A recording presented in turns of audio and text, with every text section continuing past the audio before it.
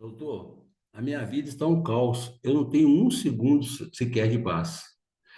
Esta é talvez a frase mais recorrente que eu recebo aqui, a queixa mais recorrente que eu recebo aqui durante as minhas sessões de terapia. E é provável também que seja a queixa mais recorrente que os meus colegas terapeutas devem ouvir ali de seus pacientes ou clientes.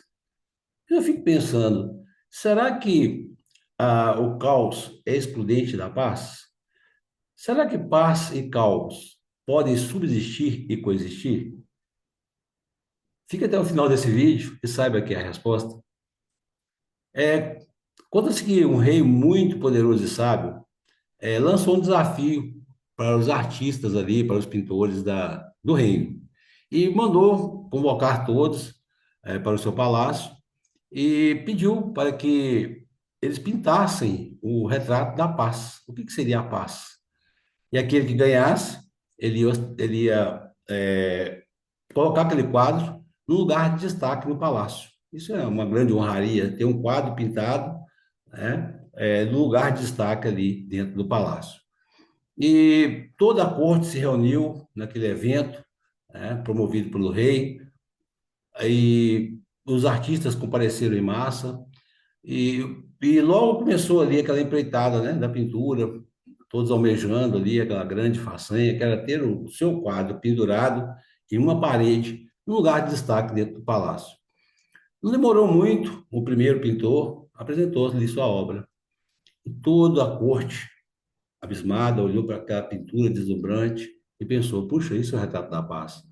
Ele pintou um lindo vale verdejante com várias flores, com várias, com vários pássaros, um pincelar de uma brisa suave, montanhas verdejantes, um pôr do sol entre as montanhas.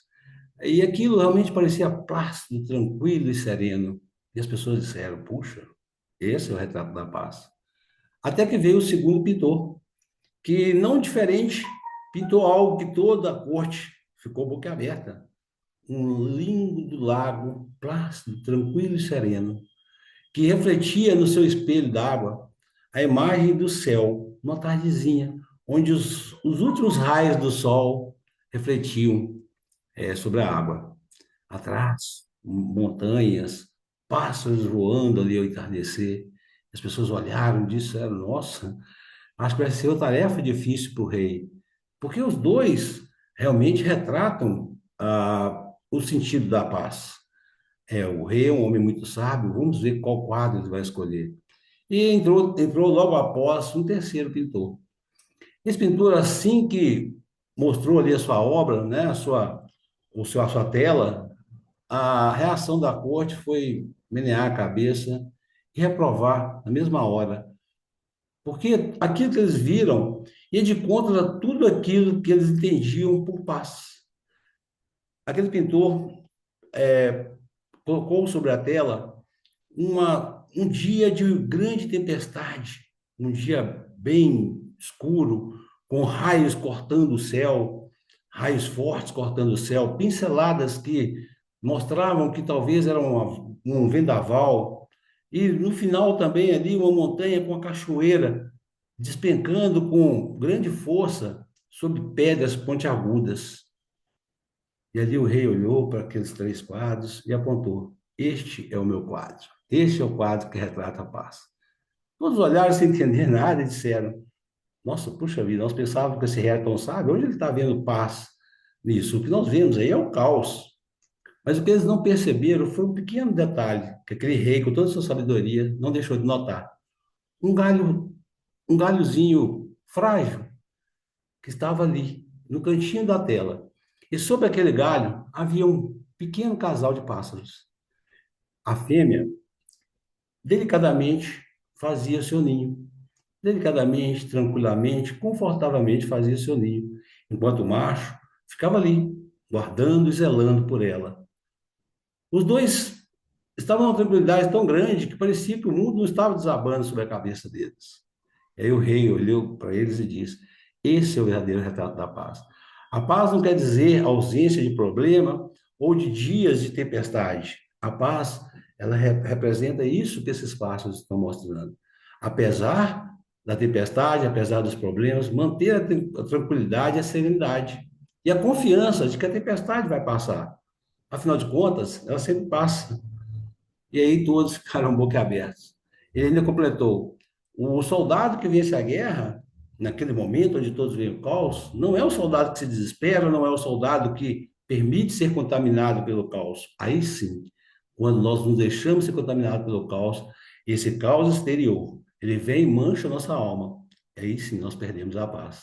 O soldado que vence a guerra é aquele que, apesar de todas as circunstâncias, ele mantém o seu equilíbrio, o seu controle mental e emocional. E tem a convicção, a certeza de que ele vai sair vencedor. Afinal de contas, ele está preparado para aquilo. E foi uma grande lição do rei. Não é à toa que a Bíblia, né, cita que de Deus vem a paz que excede todo entendimento. Por que ela excede todo entendimento? Porque realmente a gente não consegue ver em dias onde nada está dando certo, a gente não consegue enxergar onde as contas estão chegando e o dinheiro não aparece, a gente não consegue enxergar a paz, a gente não consegue enxergar o ganho dentro daquele momento de perda, a gente não consegue ver a solução diante do problema, já que o foco está no caos, nós não conseguimos ter paz. E a gente permite, então, que aquele caos exterior contamine a nossa alma. E quando nós trazemos esse caos para dentro de nós, aí sim, caos se torna excludente de paz. E não mais subsistem e coexistem. Um exemplo disso é Jesus. Jesus estava no barco ali com os seus discípulos, e grande parte deles eram pescadores, a gente não pode esquecer disso, não. E conta que era um momento onde o mar estava muito tempestuoso, as ondas estavam batendo forte ali naquele pequeno barco, o vento estava assoprando de todos os lados, e Jesus dormia calmamente no barco. Aqueles discípulos ficaram revoltados com aquela situação, como eu disse, alguns eram pescadores, e acordaram ele e falaram: Mestre, não te importa que nós morramos? E Jesus olhou para eles e disse: Homens, para o café. E mandou que o mar acalmasse, que o vento parasse. Mas ele estava em paz, porque ele sabia, ele sabe de quem ele é filho, ele sabia quem é o Senhor da vida dele. Então ele não precisava estar preocupado. Ah, mas eles estão falando de Jesus, né? Jesus não serve de base. Então vamos olhar Jonas. Jonas, aquele profeta que Deus mandou anunciar o arrependimento em Nínive, que temou com Deus e seguiu o caminho de Tarsis. De repente, o mar também ficou tempestuoso, as ondas batiam naquele navio, os tripulantes estavam desorientados. E aí, orando a seus deuses, querendo entender por que tamanha tragédia estava se abatendo sobre eles, eu percebi que Jonas estava lá no porão, dormindo tranquilo, sereno. Eles entenderam: não, o problema é esse cara. Lançaram ele ao mar ali. Mas Jonas permaneceu na sua tranquilidade, na sua paz interior, não permitindo que o caos exterior viesse para dentro dele. Tem também o exemplo de Paulo, quando estava indo para ser preso em Roma. A mesma situação aconteceu. O mar começou a agitar, as ondas bateram no casco do barco, o barco estava ameaçando naufragar, e os marinheiros todos desesperados. E Paulo, mantendo a calma, a paz de espírito, a paz que excede todo entendimento, olhou para eles e falou assim: não temam, porque Deus entregou a vida de vocês em minhas mãos, e todos chegaremos sãos e salvos no porto de Roma. Então, o que eu estou convidando você aqui hoje é refletir sobre isso. Paz não é ausência de problema, não é enfrentar tempestade, não é não enfrentar tempestade. A paz, ela é um estado de serenidade, de controle mental e emocional. É um estado de acreditar que aquela situação vai passar. Porque se eu não tiver essa paz que excede todo entendimento, eu não vou conseguir trilhar o caminho para a solução daquele problema. Se eu ficar focado no caos, esse caos vai me engolir. Existe até um pensador que diz que quando a gente olha muito para o abismo olha de volta para a gente. Então, caos não é excludente de paz. O caos e a paz, eles podem sim subsistir e coexistir. O que nós não podemos é permitir que o caos exterior contamine a nossa alma, porque aí nós vamos trazer esse caos para dentro de nós. E quando nós não temos a paz de espírito, a paz que excede todo entendimento, pronto. Aí realmente nós não vamos ter um segundo sequer de tranquilidade, de serenidade, para levar a vida de forma mais branda, como ela deve ser levada. Então, eu entendo que problemas todos têm. Momentos de tempestade, todos enfrentamos. O que diferencia uma pessoa de outra é não deixar a sua alma se contaminar pelo caos do mundo exterior.